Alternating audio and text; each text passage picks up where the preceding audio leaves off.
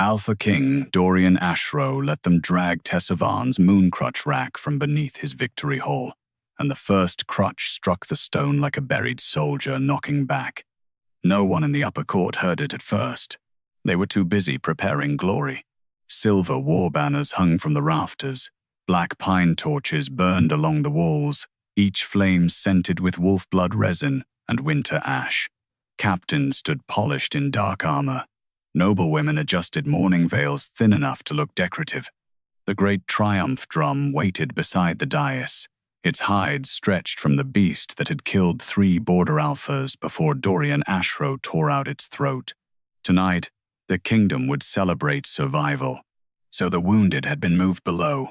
The lower wall recovery hall sat under the triumph chamber, close enough to hear the drum, far enough that no court lady would smell boiled herbs, fever, sweat, or the iron-sour breath of wolves who had come home with missing limbs, torn backs, and eyes that still watched a battlefield no longer there. Tessa Varn stood at the foot of the recovery stairs with both hands around the Moon Crutch Rack. It was taller than she was, carved from pale moonwood and ribbed with silver slots.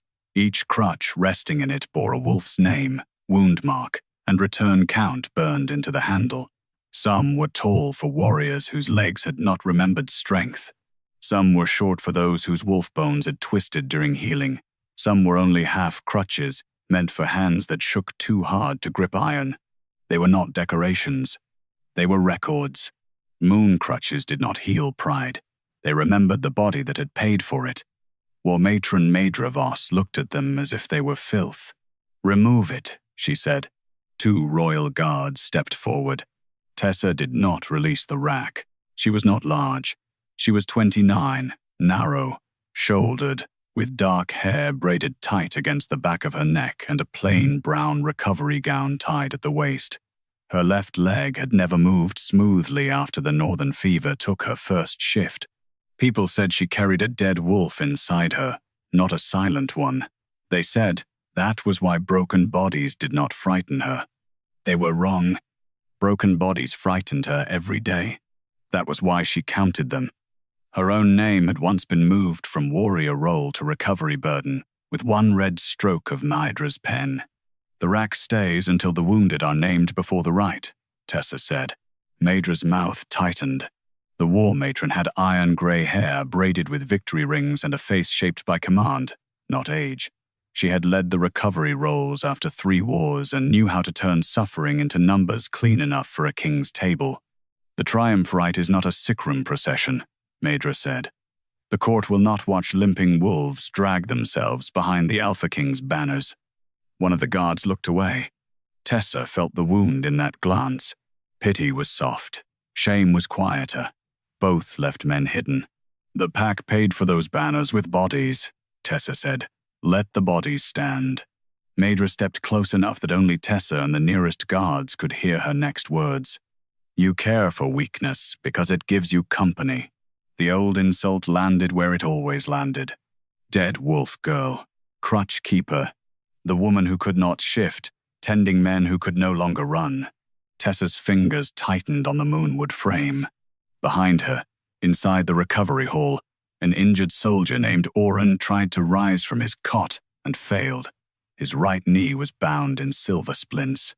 Beside him, Jessa of Blackmere sat with one sleeve pinned empty at the shoulder. Farther back, 3 wolves lay in fever sleep under mooncloth, their claws half out, their human mouths whispering orders from marches that should have ended days before battle.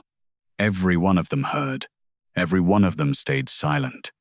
Not because they agreed, because wounded wolves learned quickly what pride cost. A horn sounded above. The first call to victory. Maedra lifted her chin. "Alpha King Dorian is entering the upper hall. This disgrace will be gone before he descends. He should see it. He has seen enough war." "No," Tessa said. "He has seen victory." Maedra's eyes hardened. The guards moved. Tessa held the rack until the first man pried her fingers loose. Pain shot up her wrists. Another guard took her shoulder. The rack scraped against the stone floor, leaving a pale trail of moon dust as they dragged it toward the courtyard doors. A crutch slipped free. It struck the ground once. The recovery hall went still. The sound was wrong. Not wood against stone. Bone against a closed gate. Tessa looked down. The fallen crutch belonged to Kellen Rusk, third spear of the Western Line. Officially, he had returned with a clean shoulder wound and full march capacity. In truth, he had been unable to stand since the second forced night march. His name mark glowed faintly. Mydra saw it and stepped over the crutch. Do not dramatize wood. Tessa bent to pick it up. A guard caught her arm. Then Alpha King Dorian Ashrow appeared at the top of the recovery stairs. The hall changed before he spoke. He was taller than any man around him, broad and dark in black war armor still marked at the edges with dried border dust. His hair was deep brown, tied back from a face cut harsh by victory and sleeplessness. His eyes were gold gray, wolf-bright beneath a heavy brow, and every injured soldier in the room tried to straighten when they felt him. That was the cruelty of a beloved king. Even the wounded wanted to look unbroken for him. Dorian's gaze moved over the recovery hall quickly. Too quickly. Past the cots. Past the splints. Past the rack being dragged from the room. Then it returned to Tessa. "You are delaying the rite," he said. "Not a question. A judgment." Tessa bowed because the hall expected it. She did not lower her voice. "The wounded have not been counted." Mydra answered before he could. "All official wounded were counted at dawn, Majesty. The remaining patients are recovery cases unfit for public procession." Tessa looked at Dorian. "Recovery is not erasure." A flicker crossed his face. "Not softness. Recognition buried fast." Mydra saw it and struck. "The southern envoys are already seated.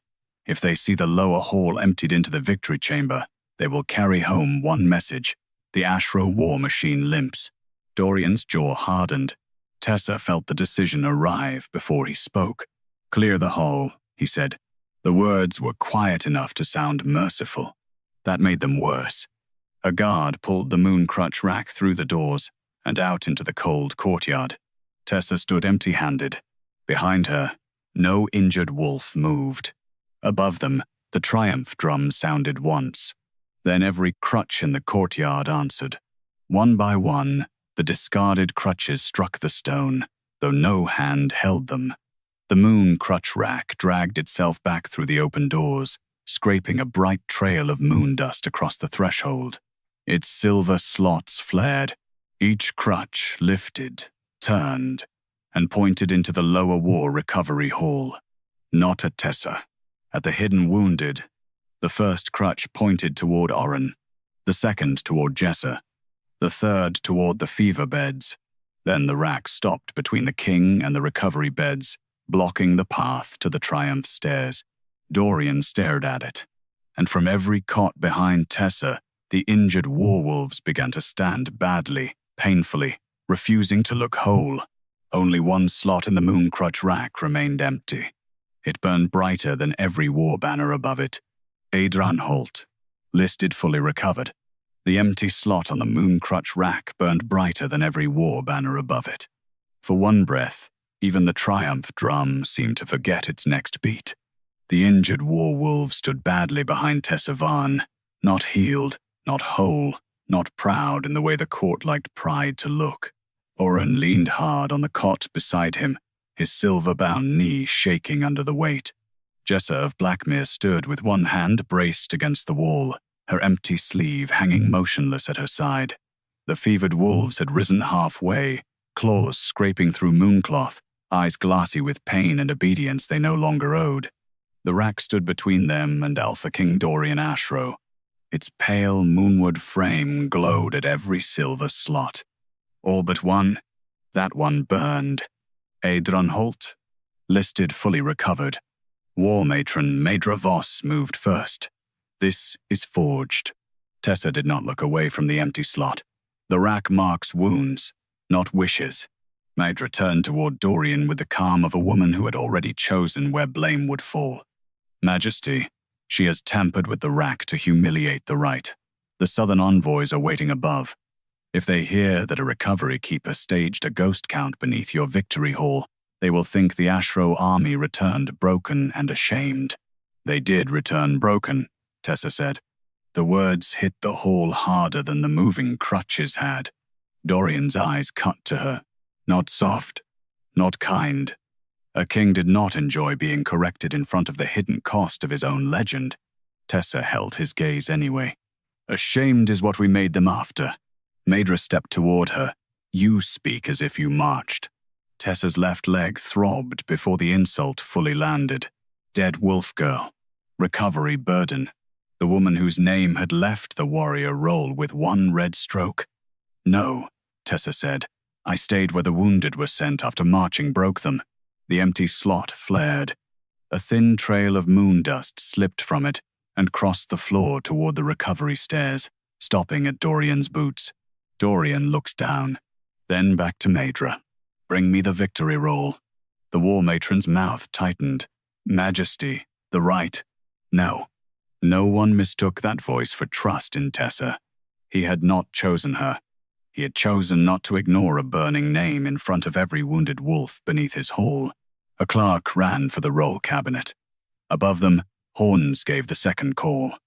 The stone ceiling trembled faintly with the movement of the upper court. Hundreds waited to see banners raised, enemy tusks displayed, victory scars blessed by moonfire. Below, injured wolves stood in silence while a wooden rack accused a kingdom. The clerk returned carrying a black leather roll case bound with red victory cord. Maedra took it before he could hand it to Dorian. Official war recovery count. Sealed at dawn, she said. Open it, Dorian ordered. She did. The parchment unrolled across a side table. Names spilled in neat, dark columns. Fallen, recovered, active, unfit for procession, transferred, honored. Tessa knew the shape of Maedra's hand at once. The strokes were clean, elegant, merciless. Dorian's finger stopped halfway down the active column. Edrenholt, he read. Fully recovered.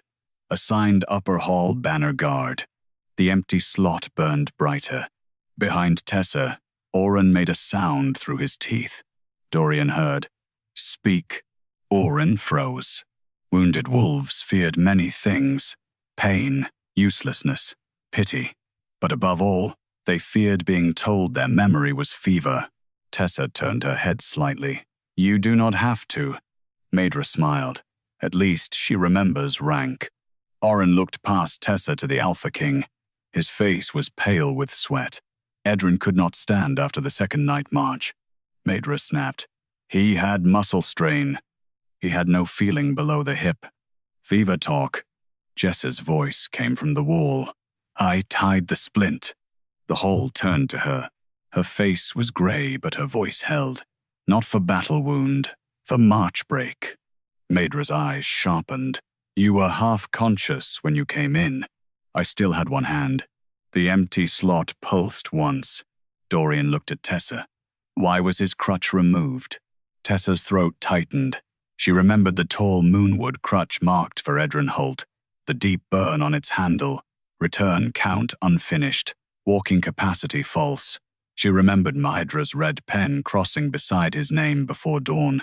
Because an empty slot looks cleaner than a crutch for a warrior you plan to put beside a banner, she said.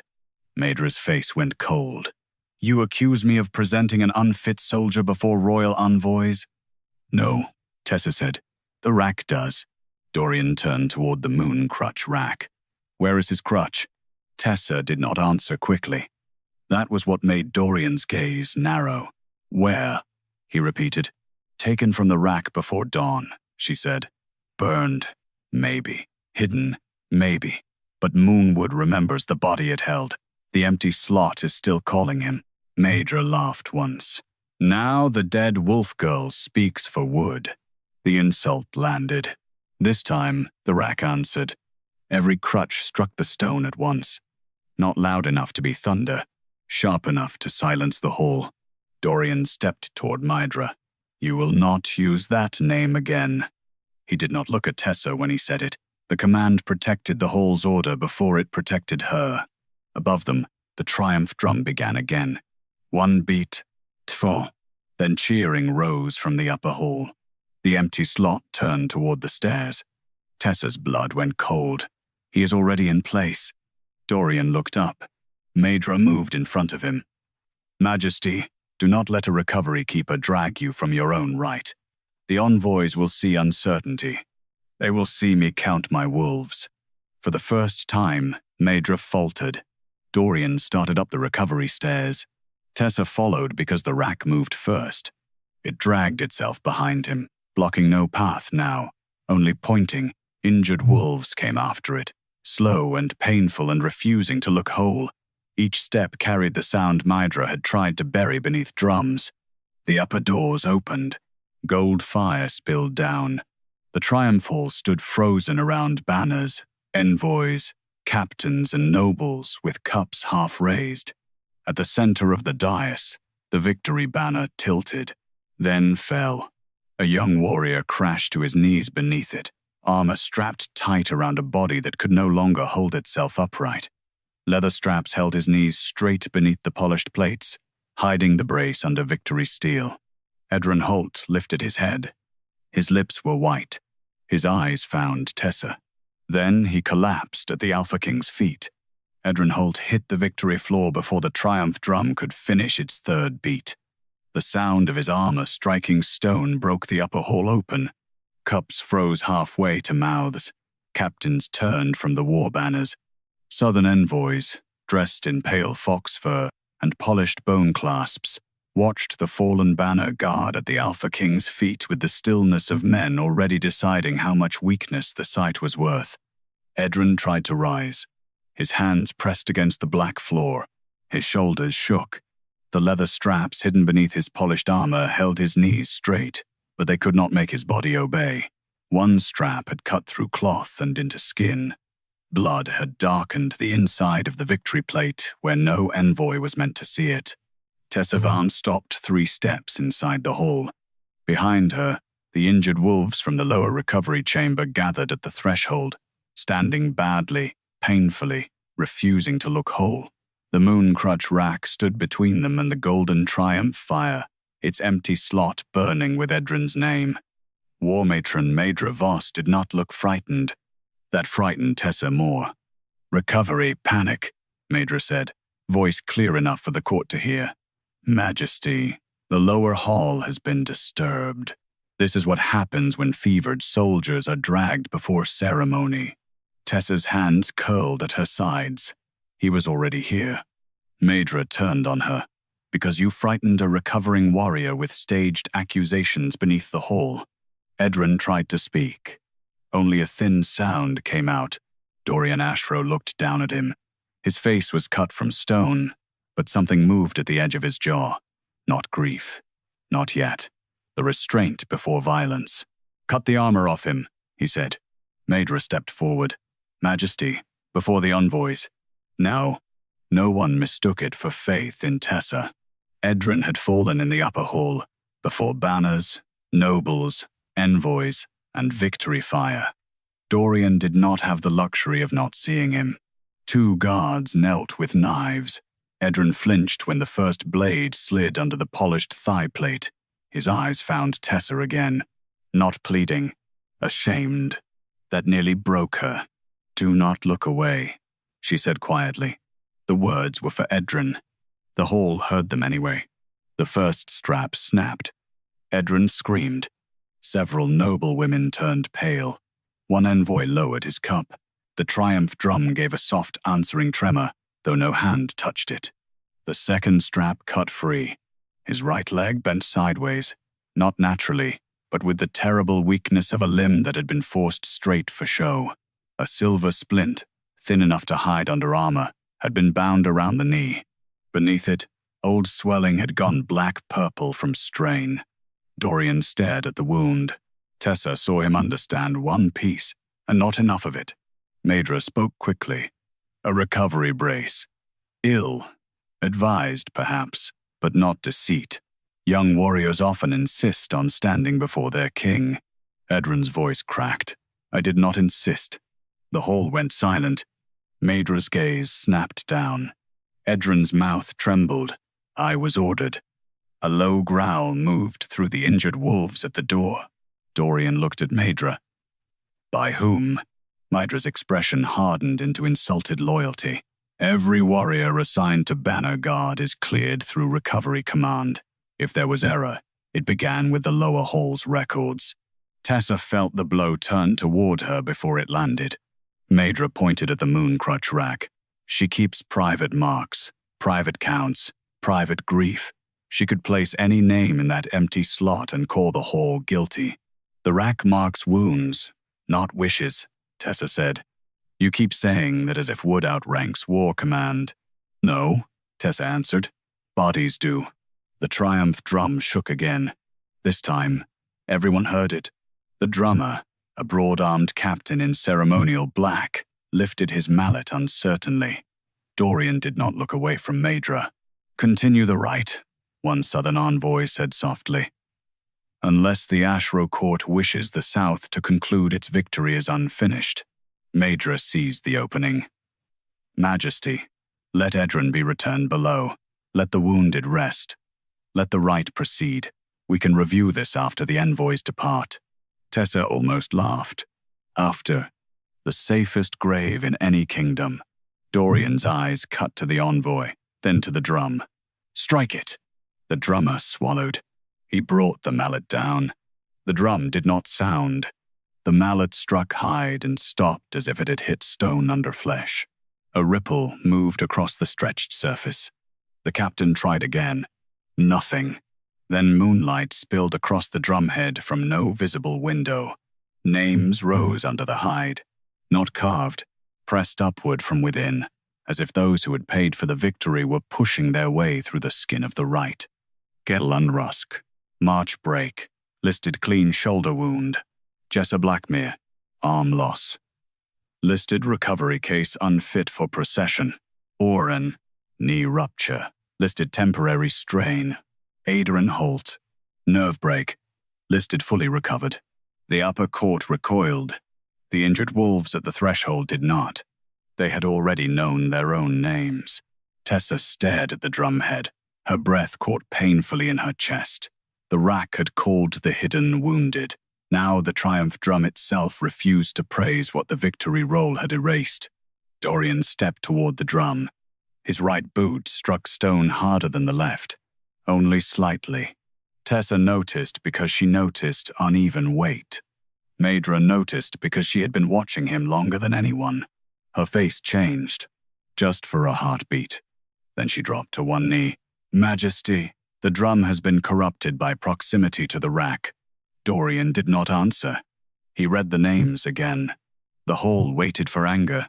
It got something colder. Bring the lower recovery records, he said. Maedra rose too fast. There are no lower records appropriate for court review. Tessa looked at her. There it was. Not lost. Hidden. The Moon Crutch Rack turned slowly. Every crutch pointed away from the upper hall, past the victory dais, toward a narrow black door behind the war banners. A door Tessa had never been allowed to open. Dorian looked at it. Maedra said, That room is sealed for war command. The rack struck the floor once. The triumph drum answered with one silent pulse. A new name began rising on the hide, unfinished and silver bright.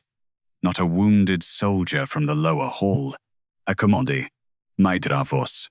Maedra Voss reached the triumph drum before the silver letters could finish her name. She did not run. War matrons did not run before envoys, captains, and nobles who had been trained to mistake speed for guilt. She crossed the victory floor with one hand lifted, her iron-gray braid swinging against the victory rings woven through it, her face sharpened into wounded authority. Stand back, she said. The drum is reacting to a lower hall relic. No one obeyed quickly enough. The name continued rising beneath the drumhide. Maedra Fei. Then the letters blurred, as if something inside the drum had been struck silent. Tessa Varn saw Maedra's fingers close around a small black token at her belt. A command charm. Not healing craft. War craft. The Moon Crutch Rack struck the floor once. Every crutch pointed harder toward the narrow black door behind the war banners. Alpha King Dorian Ashrow looked from the drum to Maedra's hand. What did you do?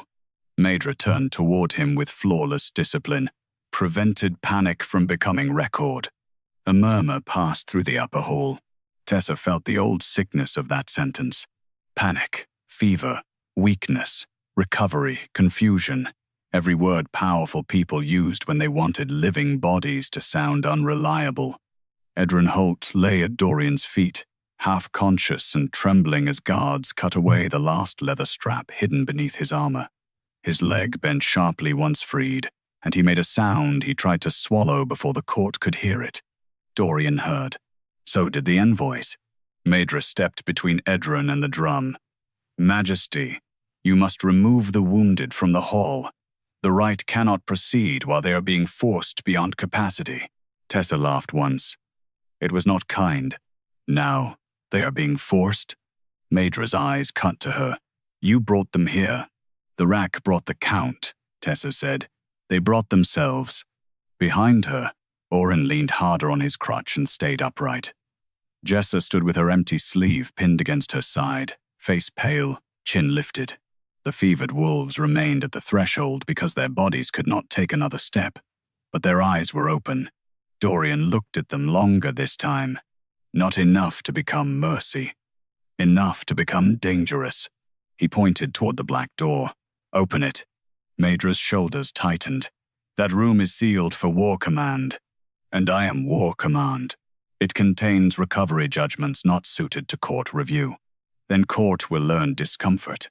The southern envoy who had spoken earlier tilted his head. A king who reads hidden wounds during triumph risks making victory look unstable. Dorian's gold-gray eyes moved to him. A victory that cannot survive reading was already unstable. No one in the hall breathed easily after that. 2 guards crossed to the black door. The Moon Crutch Rack scraped after them, each crutch striking in uneven rhythm, as if the wounded themselves were walking in wood. Maedra moved to block the way. Dorian's voice stopped her. Do not. She froze. He had not raised his voice. He did not need to. Tessa watched him from beside Edrin. The king's weight shifted again, right boot pressing harder against stone before he corrected it. Slight, controlled, hidden under years of command. Maedra saw Tessa notice. Her mouth thinned. The guards pulled the banner aside. Behind it, the black door bore 3 seals: War Command, Recovery Command, and Victory Count. Tessa had seen the first 2 on reports delivered below. The third, she had never been allowed near. Dorian touched the War Command seal. It opened. He touched Recovery Command. It opened. The Victory Count seal remained dark. Maedra said quietly, that seal answers only to completed reports. Tessa looked at the Moon Crutch Rack. The empty slot for Edrin Holt burned brighter. Then another slot flared low on the frame, one Tessa had not noticed because the crutch resting there was whole and polished. Dorian Ashrow. No wound mark. No return count. Only the name, hidden under moonwood grain. Tessa's breath caught. The rack did not choose kings. It remembered bodies. Dorian saw where she looked. For one heartbeat, something savage moved behind his eyes, not anger at her, but at being seen where he had not permitted witness. Maedra saw it and struck with precision. Majesty, do you see? She has marked even your name. This is no count. It is a staged humiliation of Ashrow's strength. Tessa stepped closer to the rack. I did not mark that. Of course not, Maedra said. Wood did. The court's nervous laughter almost began. Then Dorian put one hand on the moonwood frame. The hidden name burned silver beneath his palm. His face went still. Too still.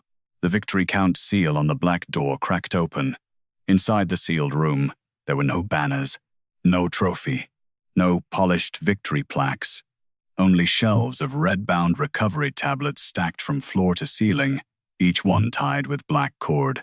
A table stood in the center, covered in walking capacity marks, march clearance slips, and red correction strokes. Tessa recognized Maedra's hand everywhere. Dorian stepped inside. Tessa followed because the rack moved with him, and because no one stopped her quickly enough. Maedra entered last. Her expression had changed from command to calculation. Dorian picked up the nearest tablet. His eyes scanned the top line. Kellen Rusk, he read. Shoulder wound listed clean. Actual injury. Lower spine shock after second night march. The Moon Crutch Rack answered with a low wooden thud. He opened the next tablet. Jessa Blackmere. Arm loss listed battle severance. Actual injury. Frostbite and tendon death after forced march, delay before engagement. Jessa closed her eyes. Not because the Hall learned she had suffered. Because it learned she had been made to carry a lie. Dorian read a third. Oren. Knee rupture listed temporary strain. Actual injury. March fracture before battle. His voice lowered. Before battle. Maedra stepped forward. Forced movement saved the western flank. Tessa turned to her. You marched injured wolves into battle and called their wounds victory wounds after. I kept the army from appearing weakened before contact. You weakened them before contact. Maedra's face hardened. War is not recovery work. No, Tessa said, but bodies still arrive in both. Dorian did not look up from the tablets. Where is Edrin's? Maedra said nothing. The Moon Crutch Rack struck the floor twice. A lower shelf slid open. One red tablet lay inside, not tied with black cord but sealed with a strip of royal silver. Dorian stared at the seal. Tessa felt the room change. Maedra whispered, Majesty. Dorian broke the strip. Inside, Edrin Holt's record lay beneath a march order. Second night advance approved. Wounded pace disregarded for victory formation. At the bottom was Maedra's mark. Beside it, burned into the corner, was the Ashrow war seal. Dorian looked at the seal for a long time. Then the Moon Crutch Rack turned toward his right leg, and every crutch in it lowered like a witness pointing at the king. Dorian Ashrow did not move when the crutches lowered toward his right leg. That was how Tessa Varn knew the rack had struck truth. A guilty man might have stepped back. A proud man might have laughed. A frightened courtier might have called the wood cursed and ordered it burned. The Alpha King stood still. Only his right hand tightened around Edrin Holt's red tablet until the royal silver strip bent under his fingers. War matron Maedra Voss stepped between him and the rack. Majesty, she said, voice calm enough to frighten. This is the danger of letting recovery relics into war command. They do not understand rank. They will mark a king the same as a cotangent-bound soldier and call it truth. Tessa looked at the Moon Crutch Rack. Its crutches remained lowered. Not accusing, counting. Moonwood does not understand rank, Tessa said. That is why it remembers clearly. Maedra turned on her. You will not speak of His Majesty's body before envoys. Dorian's eyes lifted. Do not finish that sentence, he said. Maedra froze. Again, it was not for Tessa. The command protected royal authority first, but it protected the truth enough to keep the room from closing. Outside the war command chamber, the upper court waited in a silence so crowded it seemed to press against the walls. Envoys, captains, nobles, banner guards, and injured wolves all watched through the open doorway. The triumph fire burned gold behind them, useless now, lighting no victory anyone trusted. Dorian set Edrin's tablet on the table. Read the rack, he ordered. Tessa's throat tightened. It does not have a crutch for you. I did not ask whether it had one. She stepped toward the moonwood frame. The hidden mark beneath the grain had burned clearer. Dorian Ashrow. No wound mark. No return count. No crutch carved. No slot assigned. It was a name trapped inside the wood without permission to become record. Tessa understood the shape of it and hated that she did. Your injury was never admitted to the rack, she said.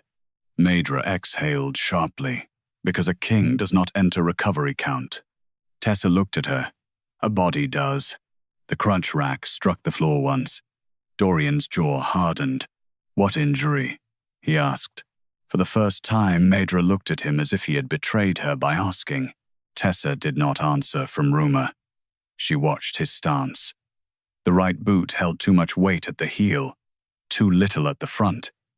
His knee did not bend when he turned. The correction was practiced, brutal, and old enough to have become part of his command. "March break," Tessa said, "not battle wound."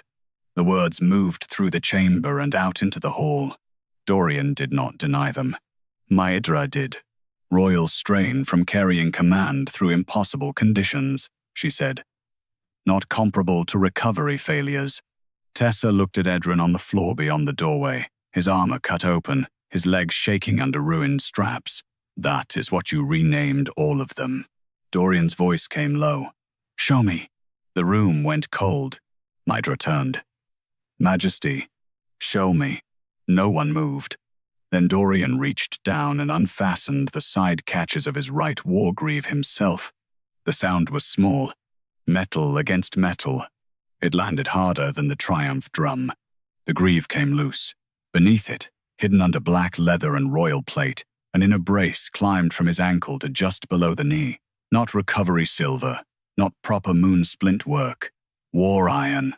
Dark, narrow, made to force a leg straight and let a commander stand when he should not march. Tessa's stomach clenched. Not because he had hidden injury, because she had seen that design before.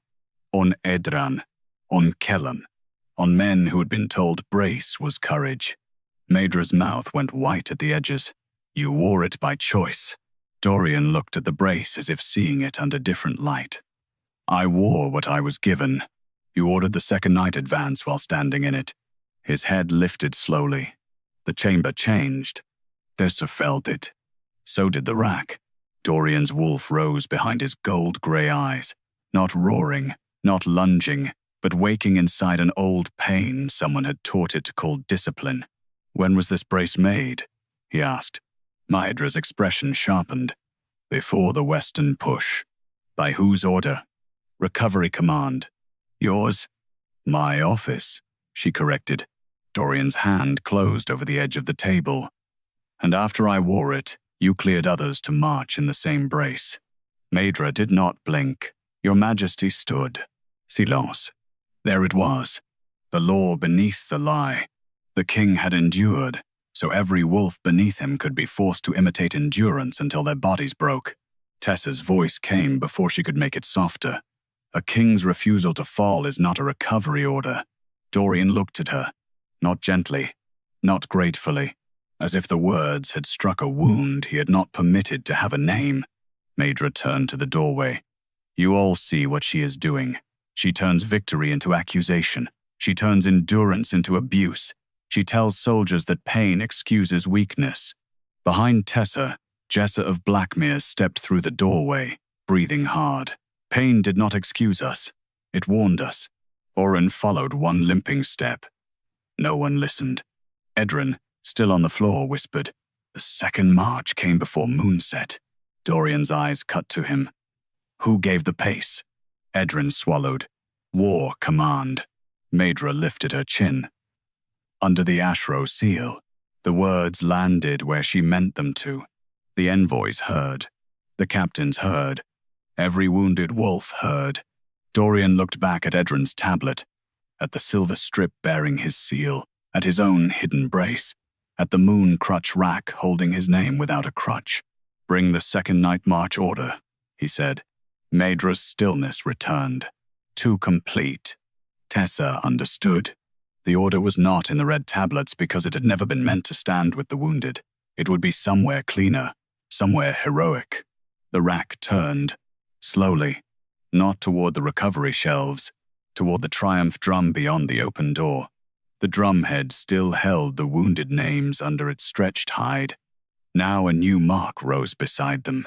Royal pace set after injury concealed. Beneath it, another line appeared, unfinished. Witness, Tessa Varn removed from warrior role before march. Tessa stopped breathing. Dorian turned toward her, and Maedra whispered, "That is impossible." The triumph drum did not finish Maedra Voss's denial. Its hide tightened beneath the moonlit names, stretching so hard the old beast skin creaked under the golden fire. The unfinished line brightened beside the wounded count. Witness, Tessa Varn removed from warrior role before march. The upper hall stared at her. Not at Maedra. Not at Dorian's hidden brace. At Tessa. That was how courts survived shame. They searched for the nearest smaller body to hold it. Maedra recovered with the precision of a blade sliding back into its sheath.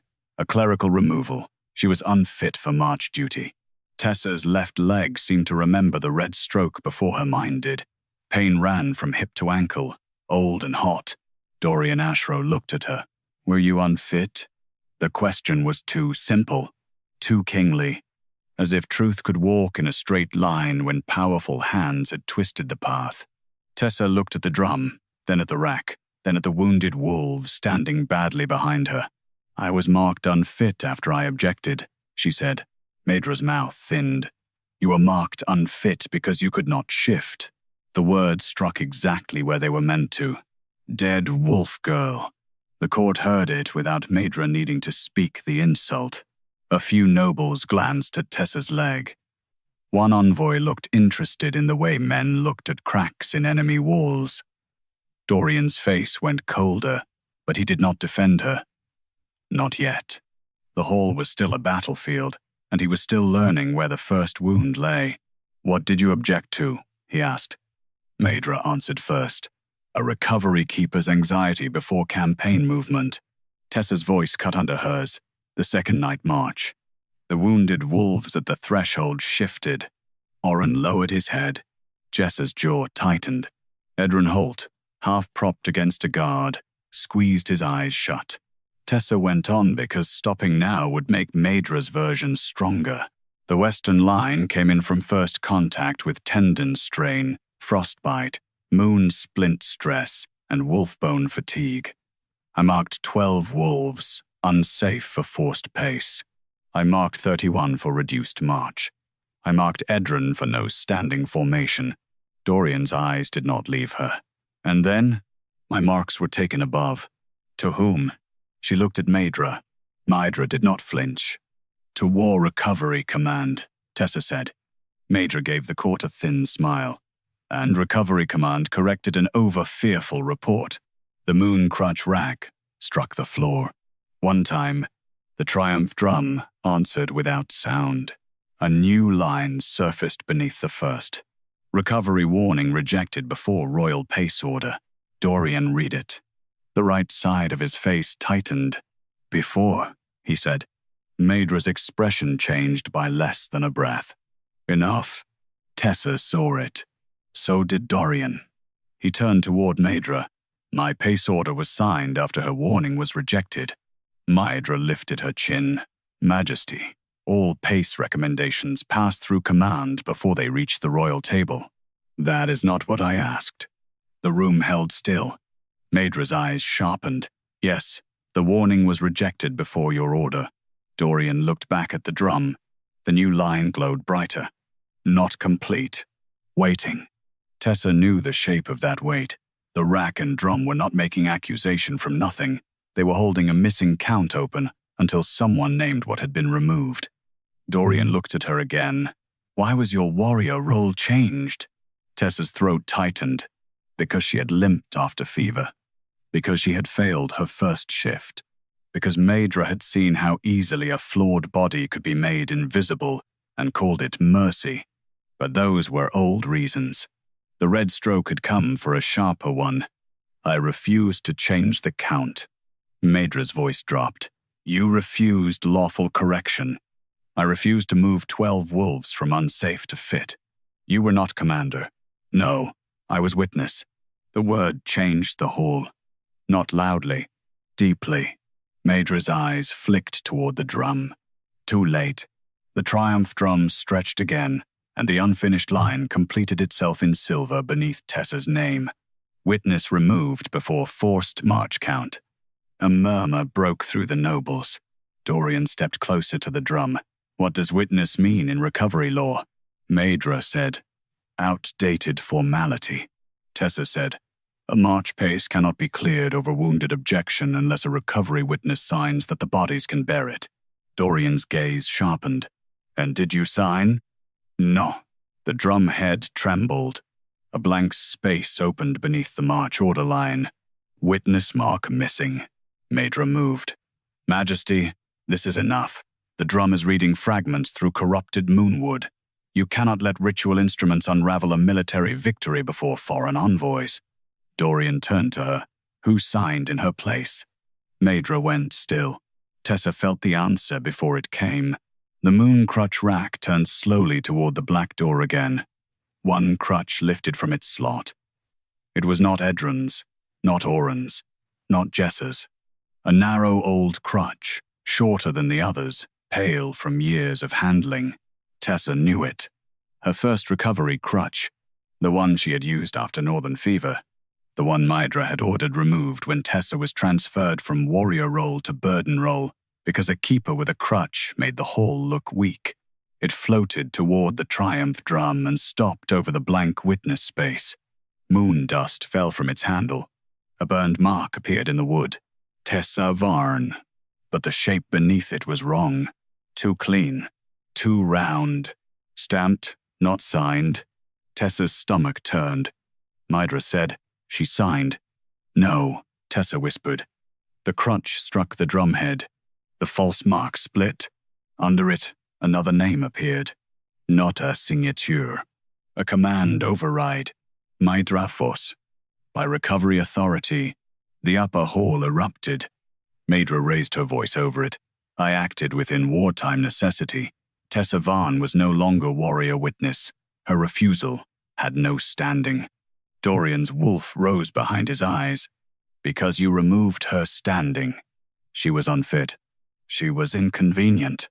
The words came from Tessa, not Dorian. That mattered.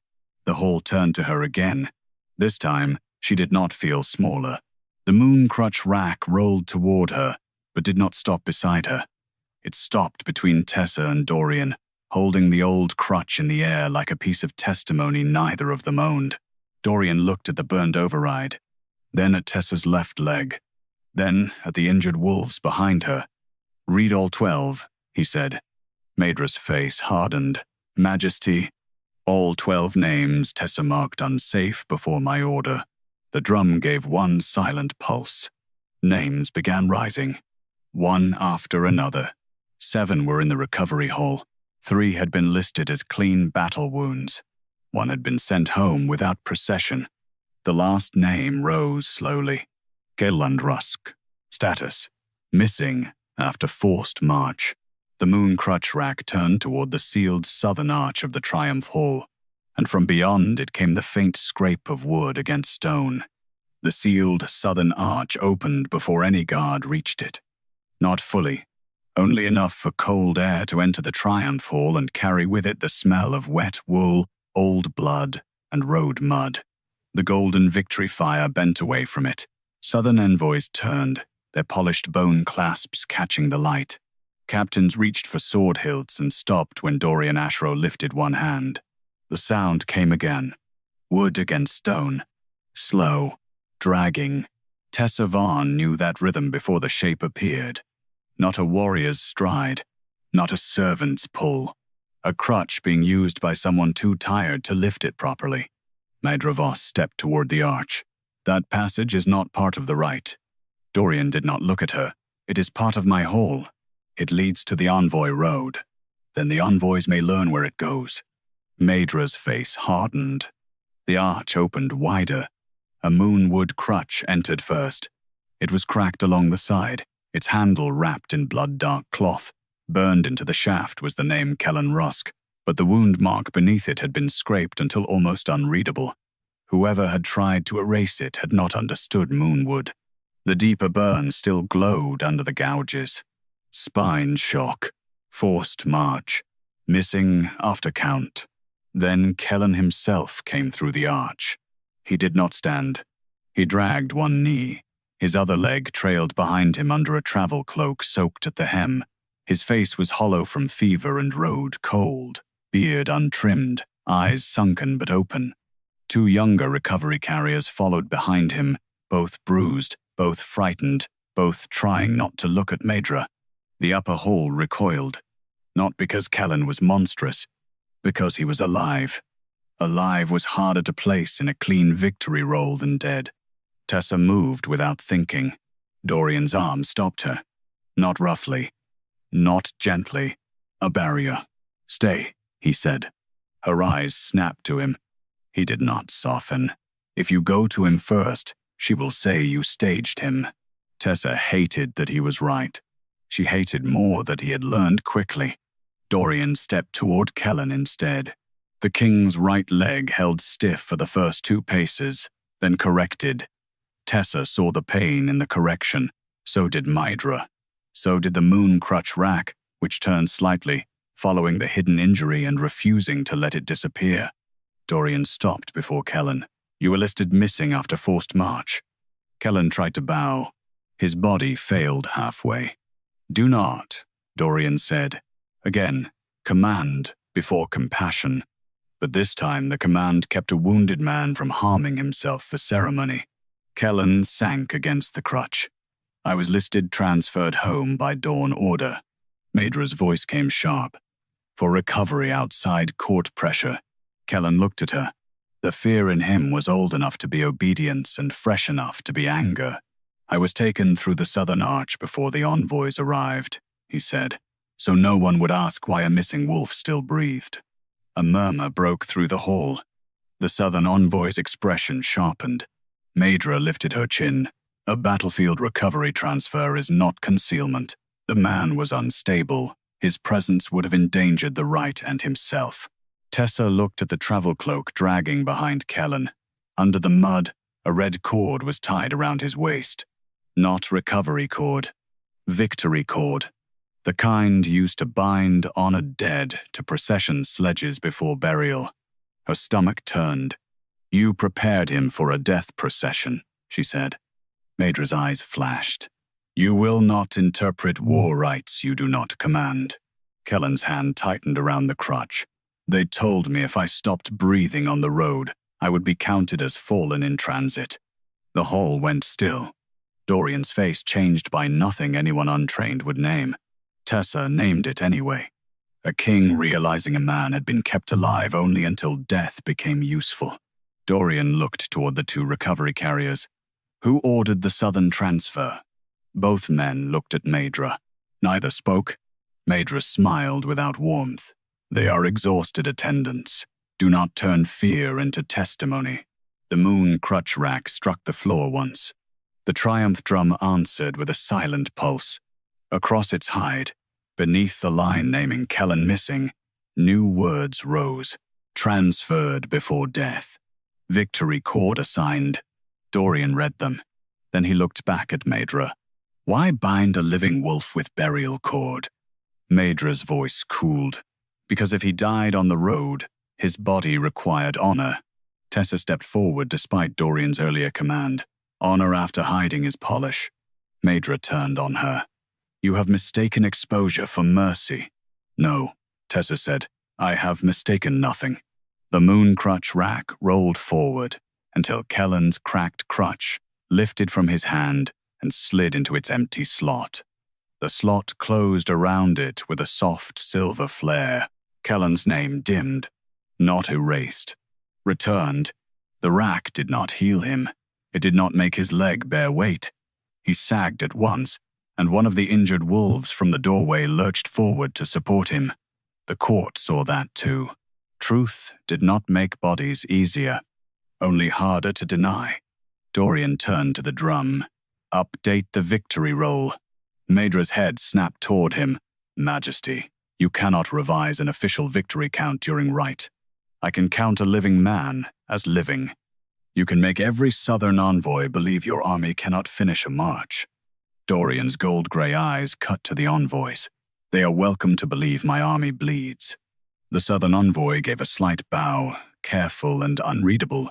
Mydra's control thinned. And when rival packs hear the Ashrow wounded filled the hall beneath your victory, when they smell weakness, Tessa answered before Dorian could. Then they will know what it costs to make Ashrow wolves full. The injured behind her lifted their heads. Not healed, not whole, proud anyway.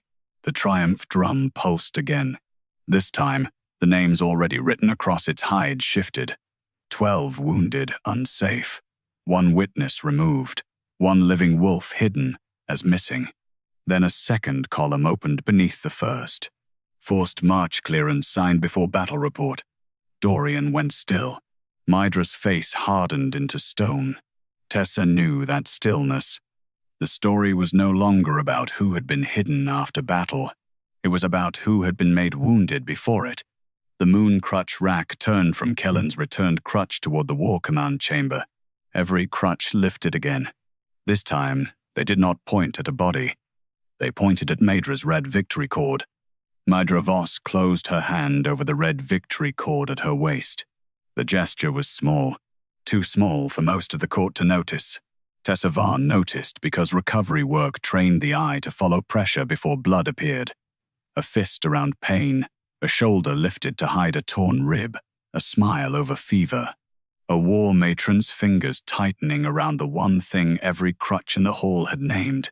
The Moon Crutch Rack did not move closer. It only held its witness. Every crutch angled toward the cord. Dorian Ashrow looked at Mydra's hand. "Remove it." Mydra's expression hardened. "The victory cord is ceremonial. Then it will survive being held up to Moonwood." "Majesty, that cord was tied before the campaign. It bears the blessing of advance, formation, and return. To cut it before the rite ends would insult the fallen." Tessa heard the trap. Mydra had wrapped command in the dead so no living man would dare touch it. Dorian heard something else. "Remove it," he said again. Not louder. Worse. Mydra untied the cord. It looked harmless in her hands. Red silk braided with black horsehair, tipped with small silver victory knots. The upper court had seen cords like it on statues, banners, and burial carts since childhood. To them, it meant discipline, sacrifice, the straight line between command and victory. To Tessa, it smelled faintly of moon salve and old sweat. Her stomach tightened. "That is not only ceremonial," she said. Mydra's eyes cut to her. Of course, the recovery keeper now understands campaign regalia. Tessa stepped closer to the cord. Recovery wraps leave residue. That cord was used below. Many war objects pass through recovery after battle. Not this one. Tessa pointed to the first silver knot. "That is a pace knot." Silence pressed in. Dorian looked at her. "Explain." "A pace knot is tied when recovery command clears a march limit. 1 knot for normal pace, 2 for forced pace. Silver, wrapped if wounded bodies are included." The injured wolves behind her shifted. They knew. Their bodies knew better. Mydra's voice grew thin. Old recovery custom, rarely used. Tessa looked at the cord. "This has more than 2. Dorian held out his hand. "Give it to me." Mydra hesitated. The room felt it. So did the rack. A crutch struck the floor once. Mydra placed the cord in Dorian's hand. The moment his fingers closed around it, the knots tightened. Silver threads bit through the red braid, and moonlight rose in each twist, counting what Mydra had braided into beauty. 1, 2, 3, 4, 5. Tessa stopped counting aloud when the hall began doing it in whispers. 11, 12.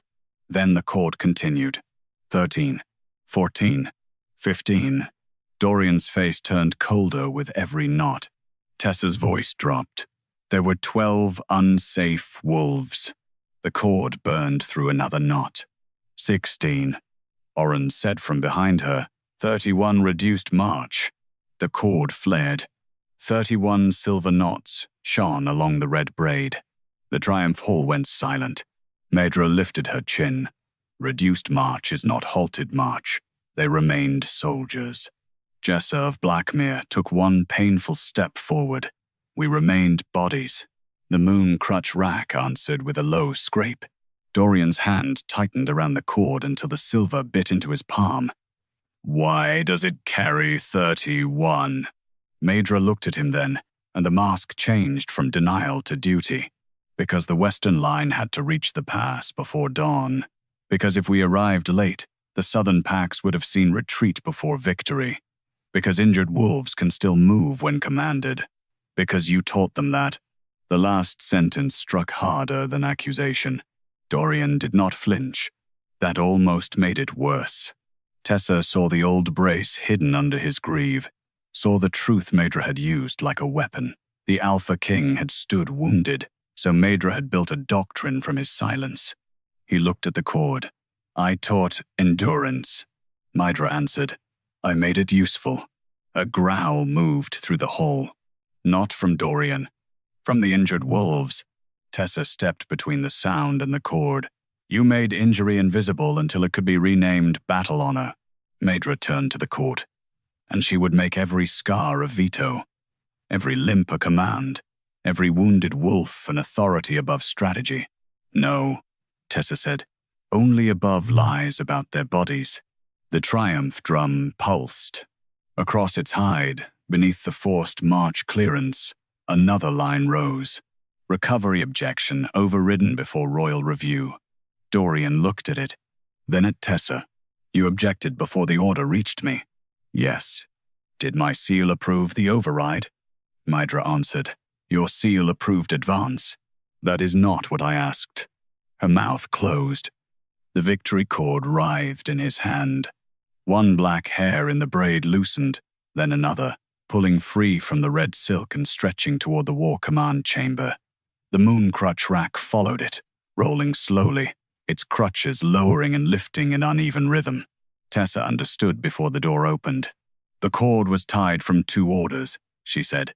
Dorian's gaze sharpened. "Which 2? The royal advance," her throat tightened, "and the recovery override." The black door behind the banners opened by itself. Inside, the central table had changed. Every red-bound recovery tablet lay shut except one. Not Edrin's. Not Kellen's. Tessa's old witness tablet. The one Maedra had claimed was corrected. It rested open under a silver paperweight shaped like a wolf's paw. Dorian moved toward it. Maedra stepped in front of him. That tablet was voided. The Moon Crutch Rack struck the floor. The paperweight cracked. Beneath it, Tessa's original marks glowed in pale moonlight. 12. Unsafe. 31. Reduced march. No forced pace before moonset. Witness refusal to clear. Dorian read the last line. So did the court. Maedra spoke through her teeth. A refusal from a dead wolf girl did not bind war command. The words entered the hall like a thrown blade. Tessa did not move. Not because it did not hurt, because the Moon Crutch Rack moved first. Her old recovery crutch lifted from beside the drum and turned toward her left leg. The handle split open along a hidden seam, revealing a thin strip of moonwood tucked inside, burned with a witness mark no red pen had reached. Tessa Varn, warrior witness active. The triumph drum gave one silent beat. Then the strip added another line. Removed after refusal. Dorian turned toward Maedra. This time, when his wolf rose behind his eyes, every banner in the victory hall went still. Maedra Voss bowed before silence could become judgment. It was the wrong kind of bow. Too clean. Too practiced. A guilty woman might have begged. A frightened one might have fled. Maedra did neither. She lowered her head to Alpha King Dorian Ashrow and gave the upper court a picture it understood. Loyal command bending under impossible accusation. "Majesty," she said. If Tessa Varn remained active as warrior witness, then her refusal carried consequence. Tessa felt the trap open. Dorian did too, but not quickly enough to close it. Maedra lifted her face. She refused clearance before a critical advance. She challenged pace order during active campaign. If her mark was never removed, then she was not a recovery burden. She was a war witness obstructing movement before battle. The southern envoys stirred. Captains looked toward Tessa with the sudden unease of men who had liked her better as a wronged keeper than as someone who could be named dangerous. Maedra turned the knife with care. "You want the court to treat her as witness? Then treat her refusal as military interference." Tessa's old crutch hovered beside the triumph drum, its hidden strip still glowing.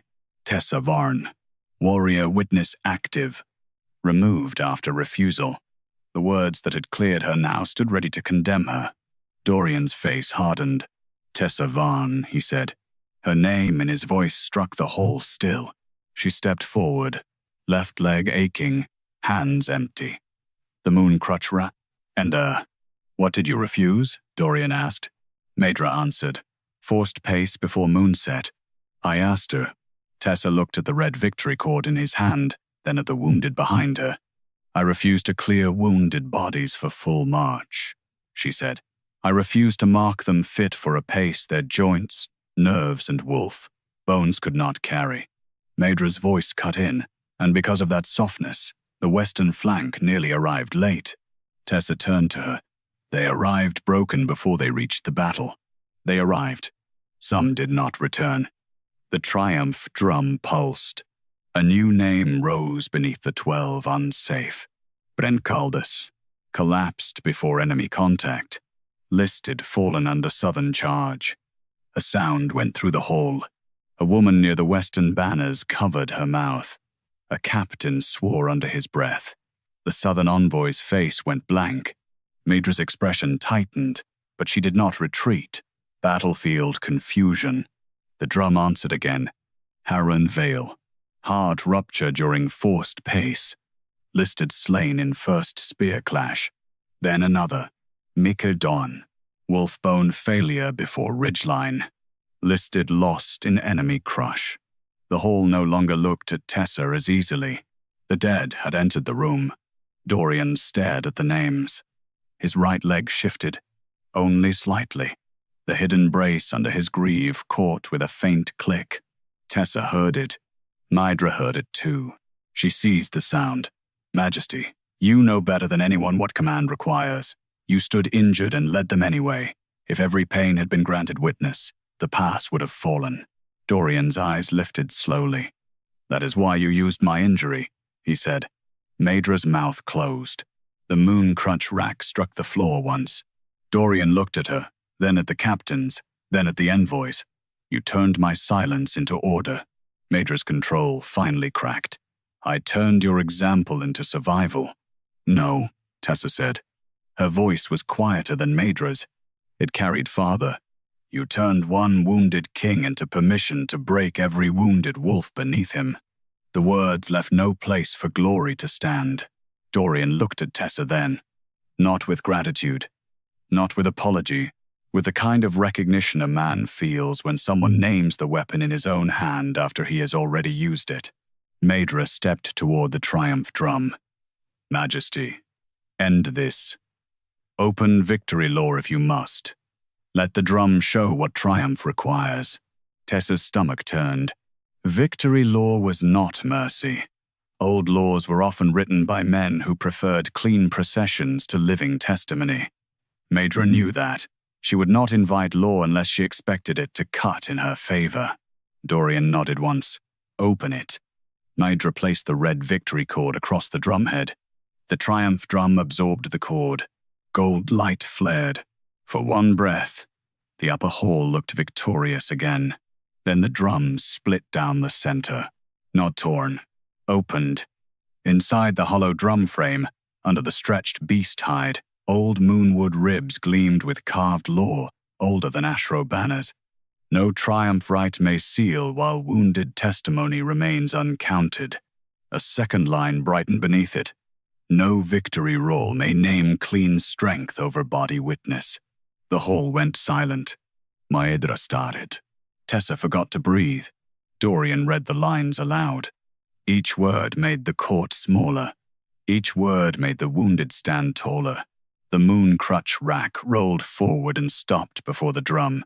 Its crutches lifted one by one, not toward Maedra now, not toward Dorian, but toward the injured wolves at the threshold and the fallen names rising across the drumhead. Counting required. Not decoration. Not pity. Law. Dorian turned toward Tessa. What does wounded testimony require? Maedra snapped. Majesty. He did not look at her. Be silent. Tessa felt every eye in the hall land on her. Her left leg shook. She did not hide it. Each wounded wolf named in the count must be allowed to stand, sit, speak, refuse, or be spoken for by a chosen witness, she said. No triumph drum, no banner blessing, no envoy oath. Not until the bodies that paid for victory are counted publicly. The injured wolves behind her inhaled as one. Dorian's voice lowered.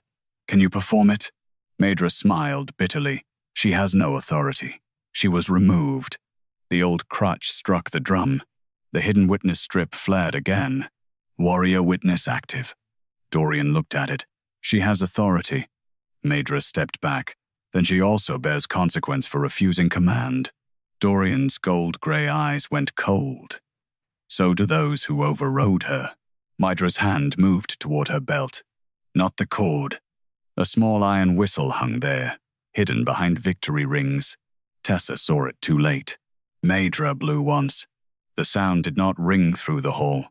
It went downward. Below the victory floor, something answered.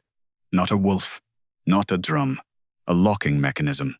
The lower war recovery hall doors slammed shut behind the injured wolves at the threshold.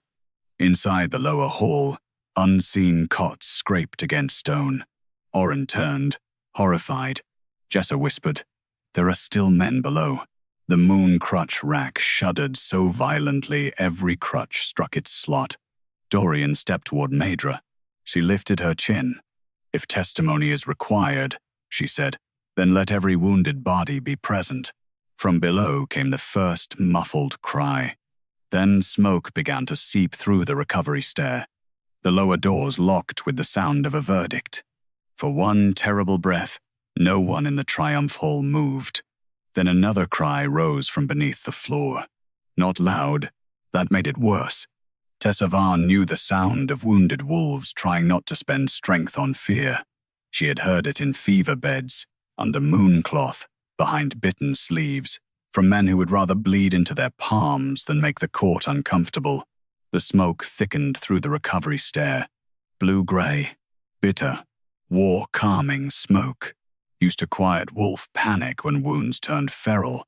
Safe in open air, dangerous in a sealed room, deadly for fevered lungs. Tessa turned on Maedra Voss. "Open it." Maedra's face had gone still again. "If testimony is required, then the hall must hold until every wounded body is present. That is the law she asked for. You sealed them in smoke. I preserved order." Alpha King Dorian Ashrow stepped toward her.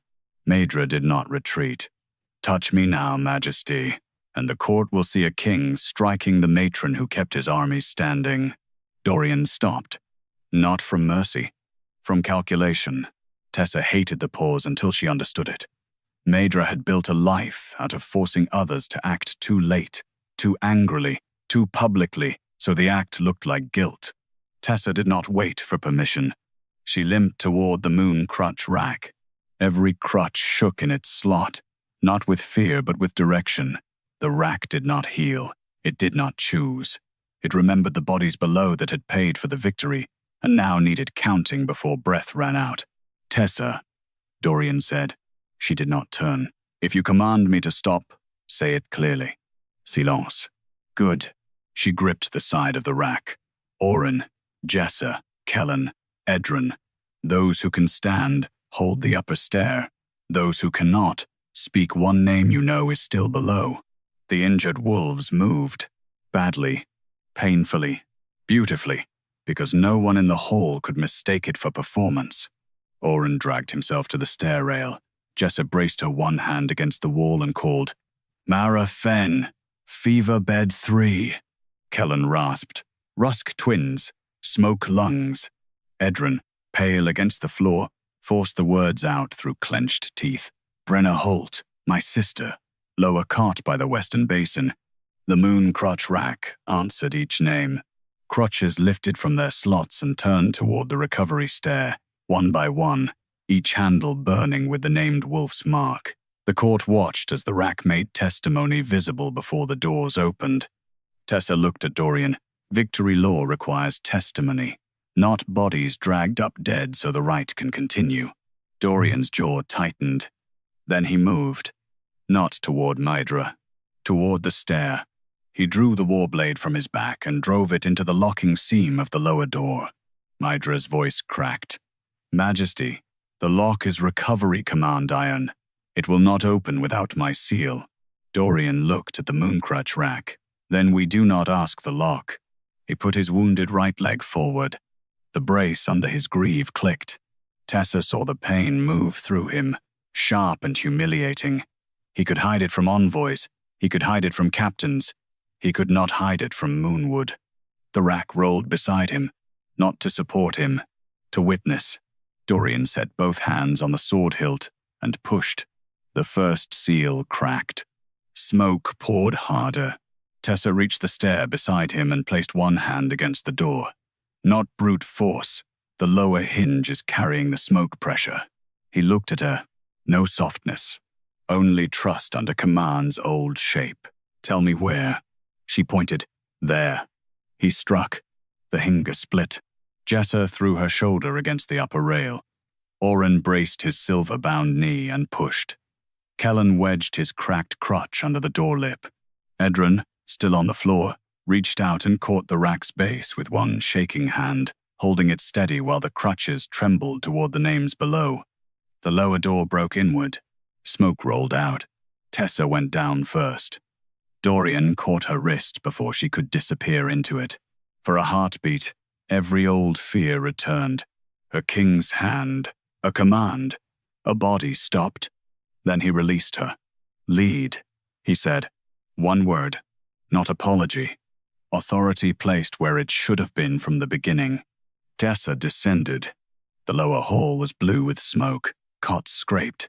Wolves coughed beneath mooncloth. 2 recovery boys knelt beside a blocked vent, trying to pry it open with shaking fingers. At the western basin, Brenna Holt lay half-conscious, one hand pressed to her chest. Tessa pointed with the first crutch. Windows, vents, carry no one by the wound side. Name them before lifting. Dorian's soldiers obeyed her, not because she begged, because the Alpha King stood behind her and did not correct a single order. One by one, the wounded were carried, helped, dragged, or allowed to crawl by choice from the lower hall into the triumph chamber. Tessa made the court hear every name. Mara Fenn, fever lungs after forced march. Brenna Holt, smoke breath risk. Listed sleeping, not wounded. Rusk twins, split paw bones, listed fit for reserve. 7 more, then 12, then 31. By the time the last cot emptied, the triumph hall no longer looked like victory. It looked like cost. Mydra stood beside the drum, face white, victory rings still braided in her hair. Dorian returned from the lower stair with smoke on his armor and blood, where the brace had cut his hidden injury open. He stopped before the drum. Read the law again, he said. Tessa stood beside the Moon Crutch Rack. Her left leg shook. She let it. No triumph rite may seal, while wounded testimony remains uncounted, she said. The drum pulsed. No victory roll may name clean strength over body witness. The crutches struck the floor in answer. Dorian looked at Mydra. You are stripped of war recovery command. Every forced march clearance bearing your mark will be reopened. Every wound renamed for victory will be counted again before pack witness. Mydra's mouth twisted. You will make the kingdom look broken. Dorian looked at the injured wolves standing, sitting, leaning, coughing, and refusing to disappear. No, he said. I will stop making broken wolves carry my image. The hall went silent. He turned to the southern envoys. You came to witness Ashrow victory. Witness it properly. Then he unfastened the brace from his own right leg. The metal fell to the stone. Not loudly, clearly. I was wounded before the second night advance, he said. My silence was used to break those under me. Write that first. Tessa looked at him then. Really looked. At the king who had been late. At the wolf who had hidden pain until others were forced to imitate it. At the man who finally placed his own body into the count. She did not forgive him. Not yet. But she believed the record had begun. Dorian faced her. Tessa Varn remains warrior witness. Mydra hissed. She carries a dead wolf. The Moon Crutch Rack answered before Tessa could. Every crutch struck once. The triumph drum opened across its split hide, and moonlight wrote a final line beneath Tessa's name. Witness active. Wolf silent. Not dead. Tessa stopped breathing. Dorian read it aloud. The injured wolves behind her bowed their heads, not to pity her, but to count her. Her knees nearly failed. This time, no one called it weakness. Dorian stepped close enough to offer his arm and stopped before touching her. Tessa looked at the offered space. Then, because choosing mattered, she rested her hand on his forearm. The triumph drum sounded at last. Not for banners, not for envoys. For the wounded who had stood badly, painfully, and made the victory tell the truth. And when the first true Ashrow victory roll was written, it did not begin with the battle won above the pass. It began beneath the hole, where Tessa Varn refused to let the wounded be moved below again.